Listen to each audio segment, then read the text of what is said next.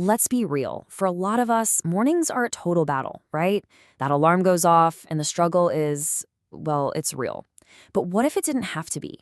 What if you could actually turn that first hour of your day into this incredible source of power and focus and calm? Well, that's exactly what we're going to dive into, how this amazing mix of ancient wisdom and modern science can help you for real win your morning. I mean, does this sound familiar or what? I'm betting for a lot of you out there, it really does.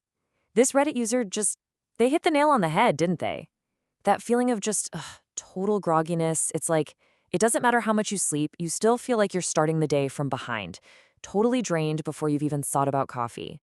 So why do so many of us feel this way? We all ask ourselves that. But here's a thought. What if the big secret isn't just about getting more sleep? What if it's all about how we wake up?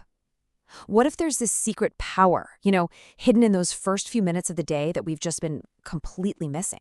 Well, it turns out there absolutely is. And this is the cool part. Ancient spiritual traditions and modern neuroscience actually agree on this.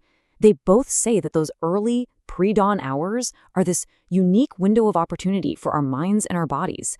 So let's take a look at how these two very different worlds actually connect. Okay, so in Hindu traditions, there's this specific time called Brahma Muhurta. It literally means the time of the creator. And it's considered this incredibly powerful, almost sacred time of day, perfect for things like meditation, reflection, and really setting your intentions for the day ahead.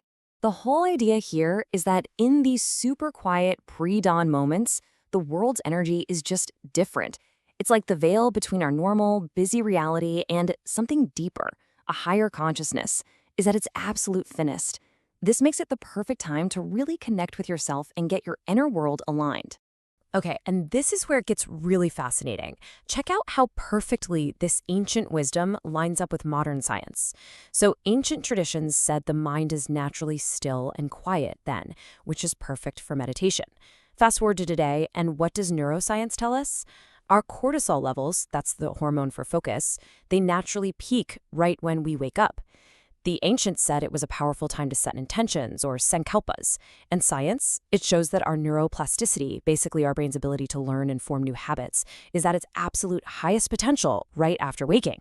It's literally the same idea, just explained in two totally different ways. How cool is that? So what this really means for you is that your own biology is basically set up, it's primed for these ancient practices. That analogy of your morning brain being like a freshly tilled garden, it's perfect. It's totally receptive to whatever you want to plant in it for the day. So the big question is, how do we actually do the planting? All right, let's get practical. We're going to start with rituals for your mind and spirit. Think of these as ways to set a really positive, intentional tone before the craziness of the day has a chance to even get started. Okay, here are 3 super simple but really profound steps. Step 1, gratitude. Seriously, before your feet even touch the floor, just lie there and think of a few things you're grateful for. Say thank you for the new day. Step 2, set an intention. This could be something like a morning offering where you dedicate your whole day, the good stuff, the tough stuff, all of it, to a higher purpose. And finally, step 3, affirmations. Just repeat some positive statements. This really helps to rewire your subconscious and clear out any of those old, unhelpful energy blocks. Now, here are 2 more really powerful practices. The first is mana, which is just silence, and the second is japa, which is chanting. Just imagine this for a second. You spend the first 30 minutes of your day in complete silence. No talking, no phone, no reading. You're just with yourself. Then you can follow that with just 5 minutes of japa, chanting a simple mantra like Om, or you could even just listen to a recording of it. The vibrations are unbelievably calming and can help reset your whole system. Okay, so we've talked about the inner world. Now let's shift gears to the outer world. How do we take all this great mental clarity and actually ground it in our bodies and in the space around us? These are all super simple physical things you can do that have a massive impact. Open a window and just connect with nature for a moment. Let that morning sun hit your face. It's like a free, natural energy boost. You could even burn some incense like sandalwood or sage to cleanse your space and shift the energy. And I love this one. While your coffee or tea is brewing, just take 60 seconds to wipe down the counters and put away a stray dish. Creating that little bit of outer order really, really helps create inner clarity. But if we're talking about the most powerful physical practice for the morning, it might just be the Surya Namaskar, which you probably know as the sun salutation. It's this beautiful, ancient yogic sequence that's designed specifically to honor the sun and, well, wake up your entire body. So, what is it?